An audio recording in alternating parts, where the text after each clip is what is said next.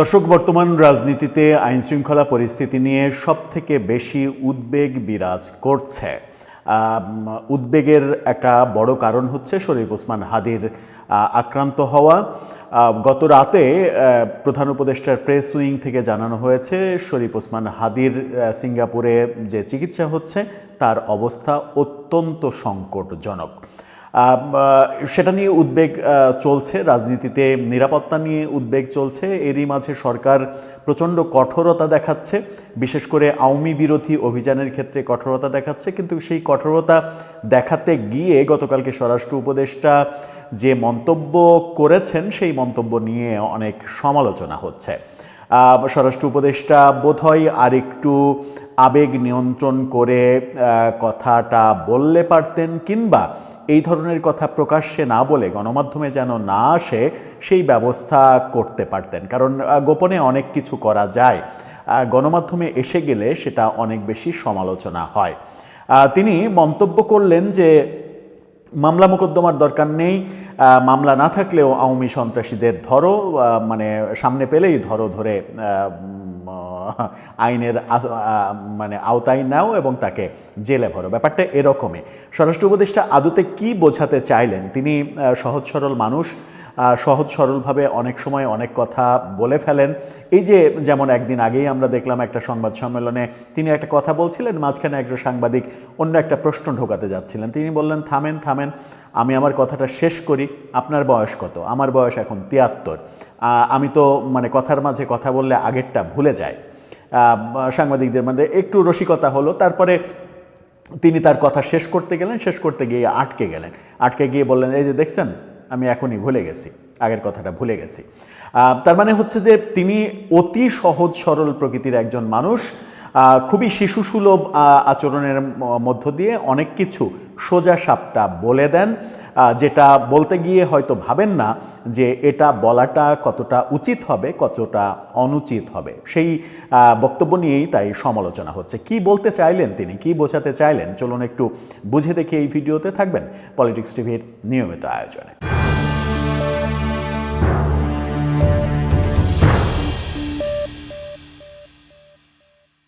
দর্শক, বলছিলাম স্বরাষ্ট্র উপদেষ্টার কথা। তিনি আওয়ামী লীগের লোকদের গ্রেপ্তার ব্যাপারে যে কথাটা বলেছেন, সেই কথাটা যদি একেবারে সিরিয়াসলি ভাবা যায় তাহলে অনেকে বলতেই পারেন যে এটা আইনের ব্যত্যয়। বেআইনি কথা স্বরাষ্ট্র উপদেষ্টা বলতে পারেন না। আবার রাগ, অনুরাগ, বিরাগ, আবেগ এগুলোর বশবর্তী হয়ে কোনো ধরনের কোনো কথা বলতে পারেন না, এরকমটাও বলতে পারেন যে আপনি রাগ, অনুরাগ, বিরাগের বশবর্তী হয়ে কোনো কাজ করবেন না, এই শপথটা নিয়েছেন স্বরাষ্ট্র উপদেষ্টা হিসেবে। সুতরাং কথার ক্ষেত্রে আইনের ব্যত্যয় হয় কিংবা রাগ, অনুরাগ, বিরাগ প্রকাশ পায়, সেরকম কথা বর্জন করাই শ্রেয়। কি বললেন তিনি বললেন, যেটা ডেইলি স্টারের শিরোনামটা দেখে নিন, তিনি বলছেন যে আওয়ামী লীগ সন্ত্রাসীদের বিরুদ্ধে মামলা না থাকলেও গ্রেপ্তারের নির্দেশ স্বরাষ্ট্র উপদেষ্টার। গণমাধ্যমগুলো, সমস্ত গণমাধ্যম এরকমভাবে লিড করেছে খবরের।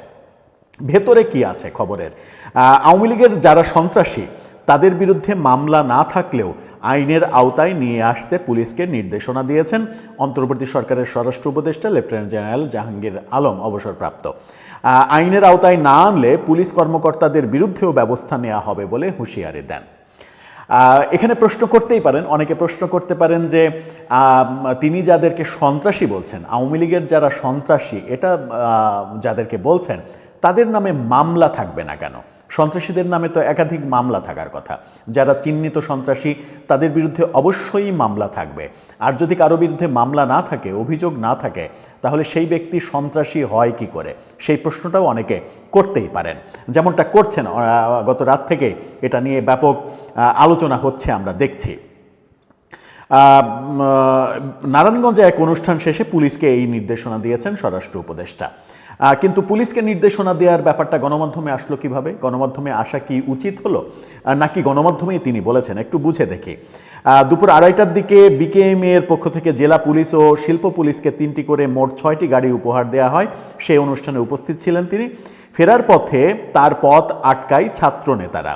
তারা জুলাই অভ্যুত্থানের সময় লুট হওয়া অস্ত্র উদ্ধার, আওয়ামী লীগ ওসমান পরিবারের সদস্য এবং তাদের সহযোগীদের গ্রেপ্তার, সীমান্তে নিরাপত্তা বাড়ানো, ওসমান হাদির উপরে হামলার মূল আসামিকে গ্রেপ্তার, থানা ও আদালতকে রাজনৈতিক বলয়মুক্ত রাখা সহ 7 দফা দাবি করেন।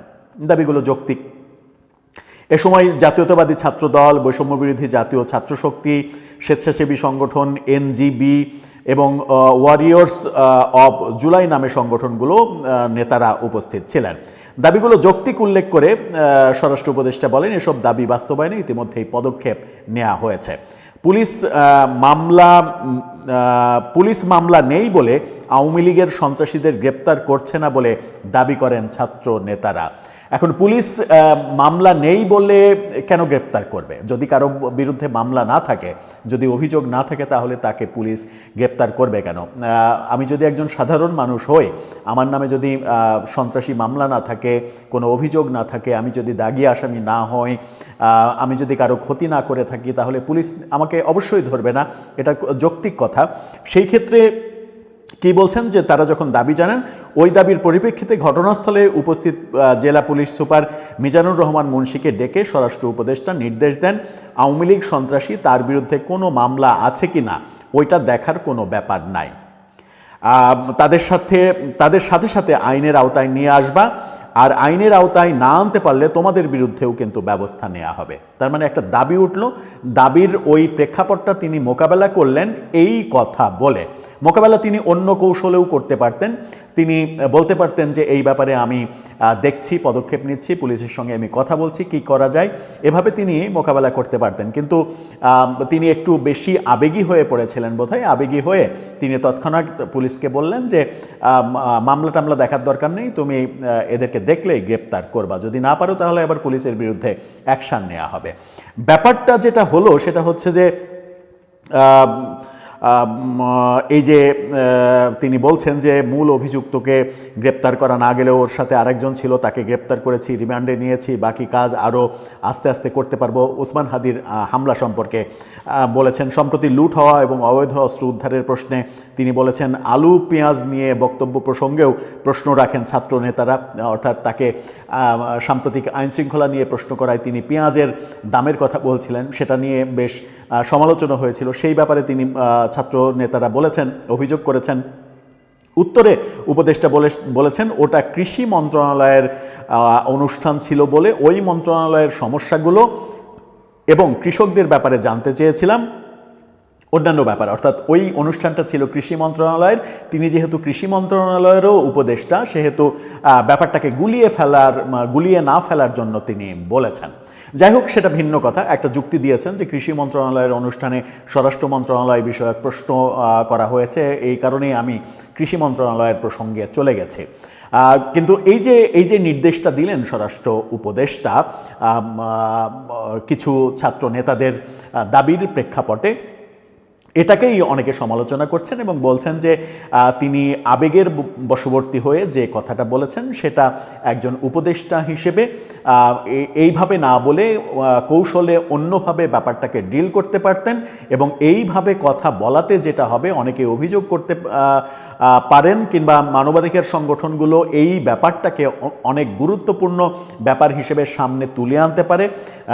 বিশ্ব মানবাধিকার সংস্থাগুলোর রিপোর্টে এই ব্যাপারগুলো উঠে আসতে পারে যে বাংলাদেশের স্বরাষ্ট্র উপদেষ্টা মামলা মোকদ্দমা অভিযোগ না থাকলেও গ্রেপ্তারের নির্দেশ দিচ্ছেন। যদি এটাকে ওইভাবে জাস্টিফাই করার চেষ্টা করে কেউ, তখন কিন্তু সেটাকে বাধা দেওয়ার কোনো উপায় থাকবে না। সেই কারণেই বলছি যে একজন উপদেষ্টা যখন কোনো বিষয়ে মন্তব্য করবেন এবং সেটা যদি হয় স্বরাষ্ট্র মন্ত্রণালয়ের মতো সেন্সিটিভ মন্ত্রণালয়, তাহলে আমার মনে হয় যে উপদেষ্টার আরও বেশি খেয়াল করা, আরও বেশি সতর্ক হওয়া উচিত যে তার কথার মাধ্যমে আইনের কোনো ব্যত্যয় ঘটছে কিনা। আইনের ব্যত্যয় তিনি কথা না বলে গোপন যে পুলিশকে নির্দেশনা দেয়া সেটা করতেই পারতেন, কিন্তু সেটা যখন গণমাধ্যমে চলে আসলো তখন কিন্তু ওই লাইনটা হেডিং হয়ে গেল। আর ওই লাইনটা যখন হেডিং হয়ে গেল তখন কিন্তু প্রশ্ন আসবে যে সাম্প্রতিক সময়ে অনেকেই যে স্বরাষ্ট্র উপদেষ্টার ব্যর্থতা বলে তার পদত্যাগ দাবি করছেন, সেই পরিস্থিতিগুলো মোকাবেলার জন্য এই ধরনের একটা চটকদার কথা তিনি বললেন কিনা, এই অভিযোগ কিন্তু অনেকে করে ফেলবেন। আমার মনে হয় যে এই জায়গায় আরেকটু সতর্ক হলে তিনি পারতেন, যেন ব্যাপারটা সমালোচনার যোগ্য না হয়ে উঠতে পারত। দর্শক, আপনার ভাবনা কি এ ব্যাপারে? আপনার মানে সোজা ভাবনা, তির্যক ভাবনা, যে কোনো ভাবনাই লিখে জানাতে পারেন আমাদের কমেন্ট বক্সে।